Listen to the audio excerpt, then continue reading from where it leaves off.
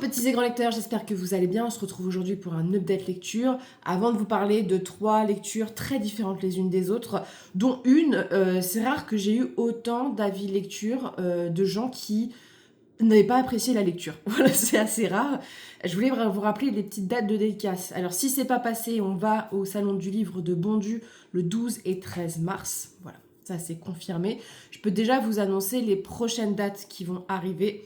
Là, nous serons présents donc à Imagina Livre. Donc Imagina Livre, c'est à Portet-sur-Garonne et ça sera la seule date dans le sud de la France. Donc si vous avez envie de nous rencontrer, c'est un chouette salon du livre. C'est tout près de Toulouse et c'est même accessible en transport en commun de Toulouse. L'année dernière avait été une année superbe. Donc j'ai hâte de vous voir sur ce festival-ci et nous serons présents à West-Hurlan. Pour l'instant, on est sur liste d'attente pour le salon Trolls et légendes, donc on n'est vraiment pas sûr d'y aller cette année. On commence avec peut-être une suite que j'enchaîne. J'avais pensé le lire un petit peu sur toute l'année.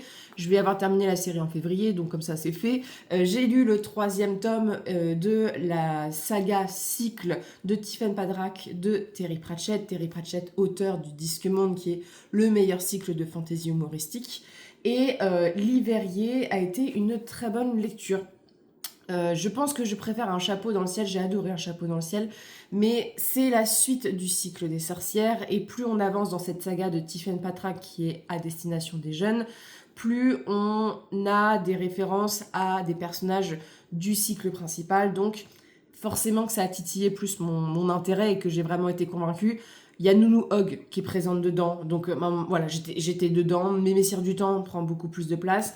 Tiffen, elle a grandi, Tiffen, elle a 13 ans, et Tiffen va encore se mettre dans les petites embrouilles. Je vous explique. Le printemps, l'été, toutes les saisons, danse pour changer un peu de saison, et Tiffen, lors de cette danse dont elle ignore en fait totalement la présence des personnages, va danser avec un des hommes, mais comme ça, tu vois, elle danse, c'est pas, elle a 13 ans, tu vois, donc elle danse, et en fait, la personne avec qui elle danse, c'est la représentation de l'hiver, qui pense sincèrement qu'elle est l'été, la femme qu'il aime, et donc on va tomber sur un être qui va essayer de devenir humain pour séduire une enfant. Alors c'est très bizarre quand je dis ça, il n'y a rien de sexuel dedans, vous inquiétez pas, parce que c'est un personnage en fait qui veut vraiment devenir humain, et Tiffen qui est en mode le mec m'a transformé en glaçon, voilà, l'hiver reste, ça crée des gros problèmes, sachant qu'en plus la famille de Tiffen ce sont des bergers, donc voilà, dans la vallée c'est une catastrophe, et Tiffen se dit comment je vais faire pour régler un peu ses affaires. Elle va donc continuer son parcours dans la sorcellerie,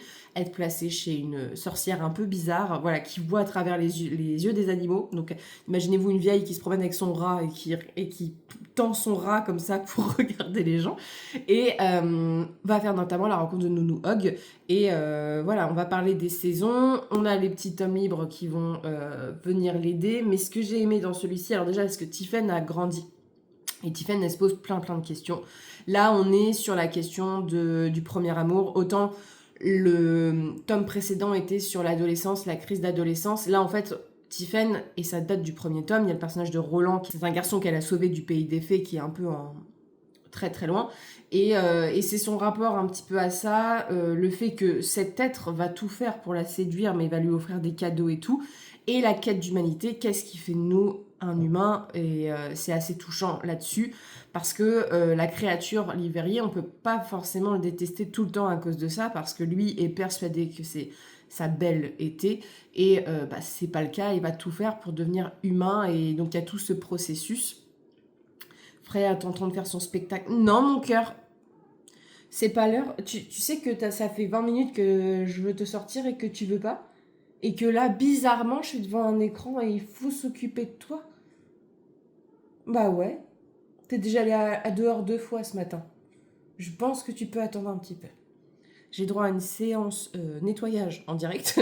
Mais c'est vrai que ce texte-ci est intéressant parce que déjà, moi, j'adore tout ce qui est en rapport avec les saisons. J'ai toujours été passionnée par les déités. Donc là, on parle de sortes de dieux. Et il y a plein de références même à d'autres cycles. Il y a la mort et tout qui est en jeu. Alors, je remets toujours ceci. Je trouve que c'est moins drôle, moins sarcastique, moins brillant que le cycle principal. Par contre, le fait que Tiffen grandit, les questions sont beaucoup plus pertinentes et parfois il y a plus d'humour, je trouve, c'est plus cinglant parce qu'elle est plus vieille et on peut s'en faire une idée. C'est un univers que j'apprécie de plus en plus du fait de son côté exubérant parce que dans le cycle des sorcières, on rencontre les sorcières principales, mais là, on a une panoplie de sorcières qui sont vraiment... Il y a des cas, et il y a aussi le fait que Tiffen va être encore mêlée aux stratégies de Mémessire du Temps. Donc voilà, Mémessire du Temps, c'est un personnage tellement truculent, hyper agréable de voir comment elle tisse ce lien avec cette jeune fille, voilà, qui est intelligente mais qui a tendance à se mettre un petit peu dans le bourbier. Que c'est une belle image aussi de l'aude du premier amour d'une certaine manière, parce que Tiffen se pose quand même pas mal de questions là-dessus. Et en fait, c'est bizarre quand on dit ça, mais il n'y a rien de problématique parce que on n'aborde pas la question de façon malsaine dans le texte, c'est plus des représentations et des images types. La façon dont Pratchett parle du printemps et de l'hiver, et il y a pas mal de rebondissements là-dessus, j'aime bien. Il y a un peu aussi une satire de l'amour, de la séduction, du rôle de l'homme et de la femme aussi là-dedans, et aussi des mecs qui tombent amoureuses de l'idée même de la femme et pas forcément de la femme en question. Il y a tout ce truc aussi que tu peux un peu chercher là-dedans. Et là, Tiffen va se retrouver avec le fait aussi que c'est une sorcière qui devient de plus en plus vieille et donc qui doit être de plus en plus responsable. Et ces erreurs-là peuvent causer la mort de gens. Et donc, elle a ce destin-là à chaque fois, en fait, la créature contre laquelle elle va être opposée. Hein. Le premier, c'était la Reine des Fées. Le second, c'est la créature qui lui brouillait l'esprit. Et là, on est sur ceci. Donc, au-delà du côté attachant, c'est vraiment un très bon récit initiatique pour ça. Et bon, je retrouve toujours les mauvais côtés. Il y a certaines choses comme les petits tomes libres, j'aime toujours pas, ça passe pas, j'ai du mal. Mais l'univers fait que c'est pas que ça fait un peu fan service pour les amateurs de Pratchett, mais il y a ce côté aussi hyper intéressant parce que c'est du complément du cycle principal. Hein, ça a été écrit bien après et on le sent. Mais voilà, c'est toujours un propos qui se veut poétique et philosophique à la fin.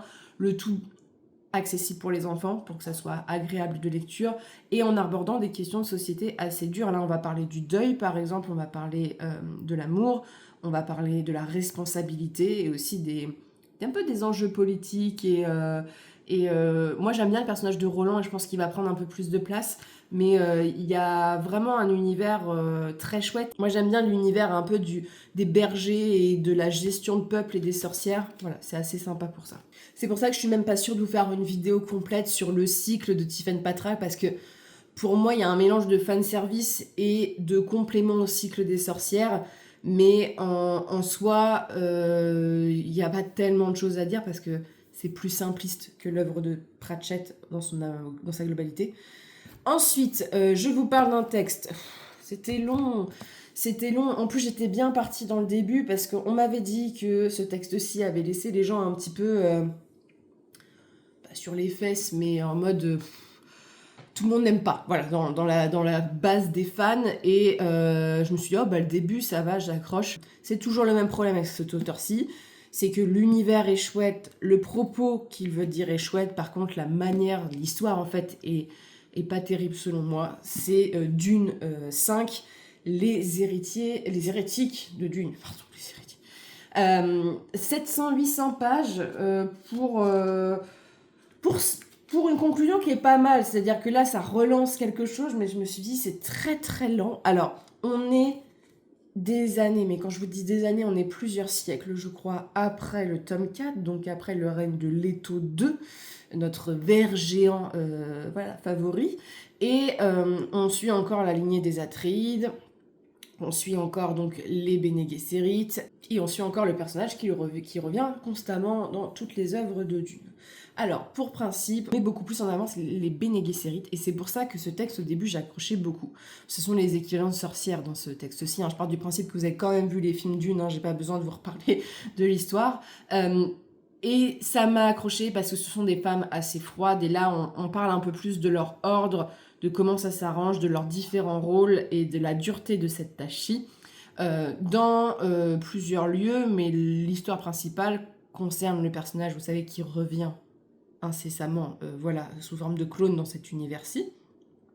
Il y a un nouveau clone, et on va suivre des Bene Gesserit qui pensent que celui-ci est d'autant plus important parce que sur Rakis, donc c'est le nouveau nom de la planète donc de Dune, qui n'est plus exploitée pour les pistes parce que voilà, la technologie a avancé et tout, une jeune femme est capable de contrôler les vers d'une certaine manière. Et donc, ils veulent que ce personnage-ci s'accouple avec la jeune femme pour faire encore des lignées. Vous savez, dans Dune, il y a tout un intérêt de croiser les gens pour faire des êtres encore plus supérieurs. Et donc, il va être élevé sans vraiment savoir ça, mais il est jeune, en fait, dans le texte. Et je vais vous le dire tout de suite, moi, j'ai plutôt apprécié la lecture au début jusqu'au moment où les Bene Gesserit en fait donnent l'ordre à une d'entre elles d'avoir des relations d'ordre intime avec ce personnage-ci qui est très jeune et ça m'a mis très mal à l'aise, vraiment très mal à l'aise et même à un moment j'étais en mode ça part sur des délires sexuels et j'étais en mode bah c'était pas ça Dune tu vois. Même le personnage qui est un personnage que j'aime bien de base, j'ai trouvé que ça devenait une caricature. Voilà, à un moment, il y a quand même une scène, c'est quasiment de la bestialité le truc. J'ai été choquée de la manière dont c'était fait. Et donc, ce livre m'a frustrée parce que bah, cette fameuse danseuse pour les vers et ce personnage-ci, on nous annonce dès le début le projet. Et il fait 700 pages pour la fin. Ce n'est quasiment que des enjeux politiques et du placement d'univers. C'est long, c'est long, c'est long. Et t'es en mode, ça n'avance pas. Tu vois, moi, quand on m'annonce ça au début, tu as l'impression que le personnage va être envoyé sur Arrakis et que ça va évoluer entre les deux personnages, qu'il va y avoir de l'aventure et tout. Non, c'est de la mise en place d'univers. Alors, le point positif de ce texte-ci, c'est qu'on comprend un petit peu l'enjeu. Voilà, il y a des trahisons, il y a des Bene Gesserit, voilà, il y a des hérétiques, il y a plein de trucs, il y a plusieurs courants, mais ça, il faut avoir lu les précédents pour voir un petit peu... Voilà, il y a beaucoup de choses dans Dune qui font que c'est des textes qu'il faut quand même enchaîner, je pense, pas trop longtemps les uns avec les autres pour bien comprendre l'évolution de la narration. Et la fin m'a bien plu, c'est-à-dire que le renversement, ce qui se passe avec les vers et tout ça, moi ça m'a convaincu et j'ai hâte de voir ce que ça va donner dans le 6e tome. Mais c'est vrai que tout ça, pour ça, et encore, je trouvais que le tome précédent sur les taux, qui faisait beaucoup de philosophie, était intéressant. Là, c'est même pas qu'il y a tellement de concepts philosophiques ou de pensées. Ce qu'Herbert aime bien, c'est de la mise en place de complots. C'est beaucoup de parlotte, et ça veut pas dire grand-chose d'une certaine manière. J'ai bien aimé le fait qu'on prend des portraits de Bene Gesserit et on parle un petit peu notamment de leur enfance, comment elles sont arrachées à leur foyer. Voilà, il y a tout ce truc où ça c'est pertinent. Les complots, bah, le truc c'est comme c'est toujours des familles où les gens se reproduisent de telle manière, en fait tous les personnages se ressemblent, genre vraiment il y a un personnage qui ressemble à Leto 1, il a été pensé pour ça.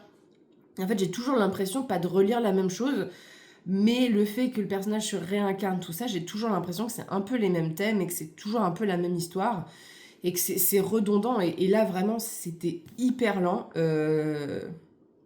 Le côté sexualisation à outrance, j'ai pas compris plus que ça, parce que la sexualité est toujours présente dans Dune, dans le sens que les Bene Gesserit ont ce rôle-ci aussi, mais il y a des moments, c'est hyper gênant, quoi, et on a quand même des scènes d'agression et de personnages, t'es en mode, mais qu'est-ce qui lui prend, quoi.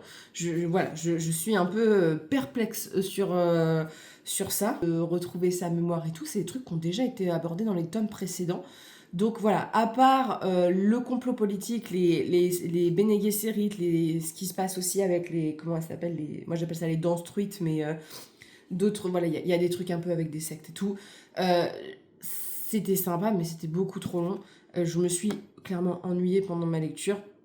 Je suis contente d'arriver au tome 6. On m'avait dit que celui-ci était particulièrement long à lire, voilà, et que il n'était pas forcément très intéressant. Et c'est vrai que c'était hyper particulier, parce que le début, j'ai accroché vraiment. Mais en fait, dès que j'ai vu vers où ça allait, je dis en fait, il y a pas d'action, il y a pas d'enjeu. Si, il y a des enjeux, mais ça te pousse pas à vouloir lire la suite parce qu'en fait c'est que de la parlotte, il y a quasiment aucune scène d'action et c'est surtout extrêmement prévisible la plupart du temps, à part la fin où il y a un petit renversement. Bah, c'est toujours les mêmes questions qui sont abordées, j'ai l'impression. Donc voilà, je suis contente de l'avoir terminé. De toute façon, je terminerai Dune cette année, c'est sûr et certain. Mais c'est vrai que Herbert, je comprends qu'on aime l'univers, qu'on aime un peu la philosophie, par contre qu'on aime la manière dont c'est raconté, du moins l'histoire, proprement l'histoire, genre la narration, je trouve que c'est vraiment, il y a vraiment un déséquilibre là-dedans, quoi. Et enfin, on va parler de ce tome-ci, ce texte-ci. Alors, ce texte-ci, c'est peut-être un des textes où, quand je l'ai présenté en book haul, vous êtes le plus à m'avoir dit, alors déjà, à l'avoir lu, je ne pensais pas que c'était si connu que ça, voilà, je n'en avais pas vraiment entendu parler, et surtout, à ne pas avoir aimé. Et pour être tout à fait franc avec vous, je lis les 150 premières pages et je dis, putain, c'est bizarre que les gens n'aiment pas, j'aime bien le principe, c'est pas si mal écrit que ça. Et en fait, il y a un bon début, et le livre, après, on se fait chier, ça part dans des trucs, t'es en mode, what the fuck. Et c'est hyper simpliste au niveau de la narration, et on retombe sur des travers de femmes. Voilà, je vais vous expliquer, mais les femmes qui trompent leur mari parce qu'elles sont pas heureuses, c'est tellement cliché en roman, et du genre, la narration se fait que le personnage obtient tout, et avec facilité, c'est même pas crédible. Mais je vous parle de Vox de Christina Daschler. Alors, Vox, c'est un livre qui s'inscrit dans les bébés Servante écarlate, c'est-à-dire que, voilà, une terrible transposition de la Servante écarlate de nos jours. De toute façon, la Servante écarlate, ça peut être déjà transposé de nos jours, hein, voilà, y a pas, la lecture est facile à faire, voilà, avec ce qui se passe et ce qui va se passer dans les prochaines années aux États-Unis. Et donc Vox, c'est pour principe de retirer la parole aux femmes, c'est-à-dire qu'on a des Amériques où des partis conservateurs sont passés au pouvoir, très transposable avec ce qui se passe actuellement, et où au fur et à mesure, les gens n'ont pas forcément vu le truc arriver. On a mis en place pour toutes les femmes et les petites filles des bracelets. Des bracelets qui vous permettent de ne dire qu'un certain nombre de mots par jour. Alors je crois que le personnage principal a 100 mots par jour. Et si tu dis plus de 100 mots, tu reçois des décharges électriques, mon gars, mais tu t'en remets pas. Voilà, c'est extrêmement douloureux. Et on suit donc une femme qu'on apprend à être une docteure spécialisée dans la neuroscience. Alors en plus, elle est un peu pique-me. Je pense que c'est pour ça que ça m'a pas plu, parce que c'est une femme différente des autres femmes. C'est pour ça qu'elle a le droit d'avoir un destin exceptionnel et de se libérer. Voilà, parce que... voilà. Mais cette femme-là a connu l'époque où elle était libre, où elle pouvait faire son métier. Son mari travaille pour une sorte de CIA, voilà, pour les services secrets. Et elle vit terriblement mal la chose, hein, comme beaucoup de gens. Et elle a 3 garçons, une petite fille. Et donc on suit son rôle dans la famille, comment son mari, qui a priori veut être un type bien, commence à profiter du système qu'elle ne parle pas, du moins qui ne s'en étonne pas plus que ça et qui ne la défend pas plus que ça. Du genre, le texte m'a mis dans une tension au début du récit. J'avais envie de m'arracher la peau tellement ça m'énervait. Vraiment. C'est un texte qui m'a beaucoup énervé parce que, pour des gens qui pensent à la liberté et à l'égalité, c'est très dur de lire ce genre de texte-ci, d'être privé et de voir cet état de femmes en souffrance qui peuvent même pas s'exprimer. Et d'autant plus qu'elle devient une mère au foyer qu'elle ne souhaitait pas être, et qu'elle est contrainte à cette position avec des enfants, donc avec des garçons, et elle voit la différence de traitement entre sa petite fille qui n'a pas le droit d'aller à l'école, qui est privée de mots, donc voilà, vraiment ça la détruit. Donc en fait, ça te montre en quoi priver les femmes, et c'est une image du fait qu'on nous prive déjà de parole sur beaucoup de choses, et dans beaucoup de pays c'est le cas, sur la construction de ce qu'est une femme, et la différence, et comment en fait le système fait que les hommes restent toujours au pouvoir parce qu'on apprend aux petites filles, des petites, à fermer leur gueule. Et donc, c'est un texte qui est extrêmement frustrant, notamment un de ses fils, l'aîné, bénéficie du système scolaire où on leur apprend que les femmes doivent être soumises et se taire et ce genre de choses. Et il a un comportement avec sa mère, mais moi j'avais envie de le retourner sur la table, le gamin. J'avais envie de l'étriper.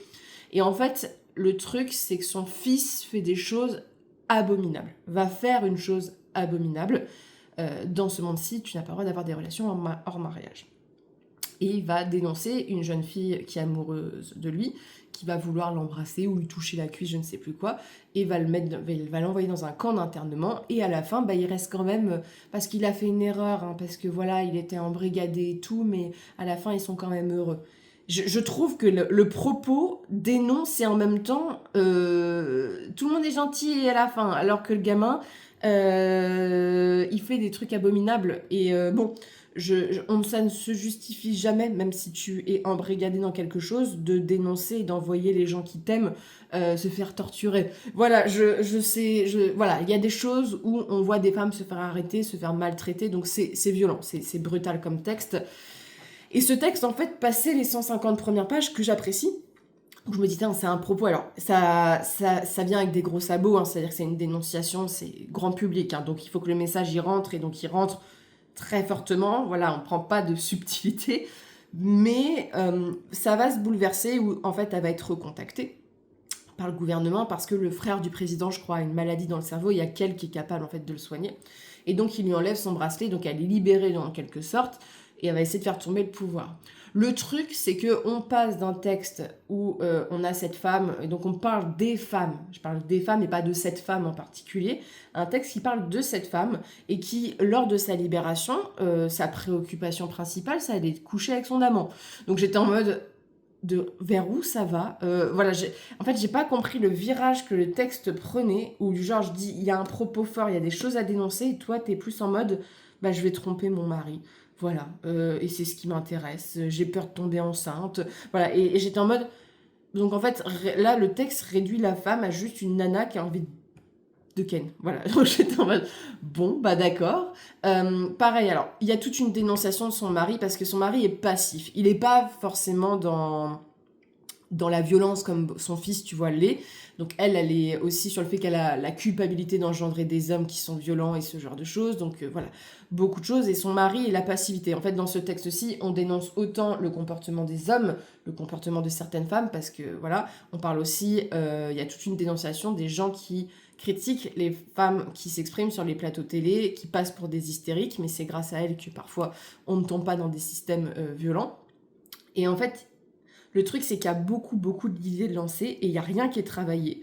Et surtout, bah, en fait, on va se concentrer sur cette femme-ci, avec son mari passif qui va, à force de passivité, bah, la lasser et surtout accepter des choses qui ne sont pas acceptables. Donc leur mariage, forcément, va se briser. Et au lieu de se concentrer sur la libération des femmes, sur, on va dire, un truc un peu haletant, palpitant, bah, c'est cette nana-là qui a des préoccupations, voilà. Et en fait, je pense qu'à un moment, c'était trop dans la surenchère, trop avec des gros sabots. Pour moi, ça manquait de subtilité dans son propos, dans sa narration. Et surtout, bon, il y a un côté très américain, un petit peu... En fait, ce qui est bizarre, c'est que le rythme, même au niveau du rythme, ça va pas. T'as une grande mise en place. Après, t'as ce milieu mou où tu sais pas ce qu'il fout. Et après, t'as un truc en mode je vais libérer les femmes et tout. Et ça se passe en 3-4 mouvements. Et surtout, alors moi, je pense que c'est là, la fin m'a achevé pour ça.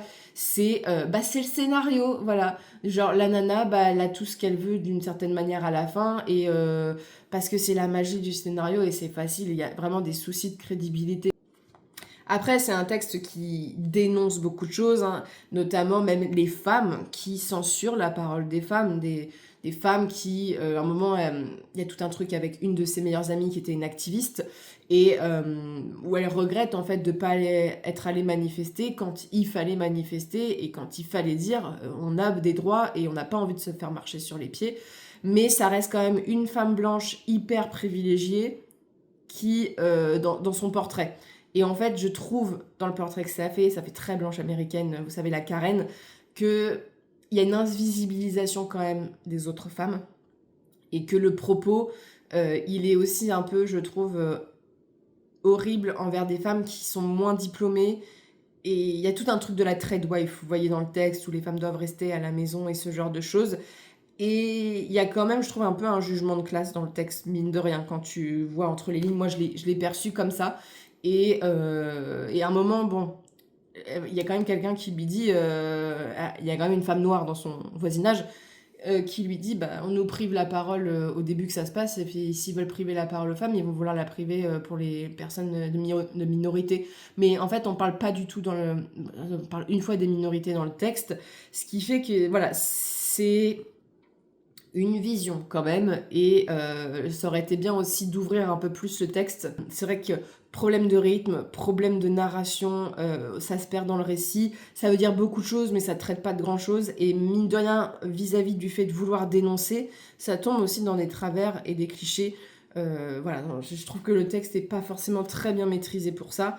Donc bon début, bon plot, du genre vraiment l'idée est bonne, mais la façon dont elle est exploitée et la manière dont c'est abordé, pour le coup, aurait bien pu être mieux. Et c'est dommage parce que vraiment le texte est un peu ennuyant. Après, moi j'étais en mode, j'en ai rien à foutre en fait de ça. Moi je veux savoir comment on sort de cette dystopie-ci et voilà, le début est bien construit.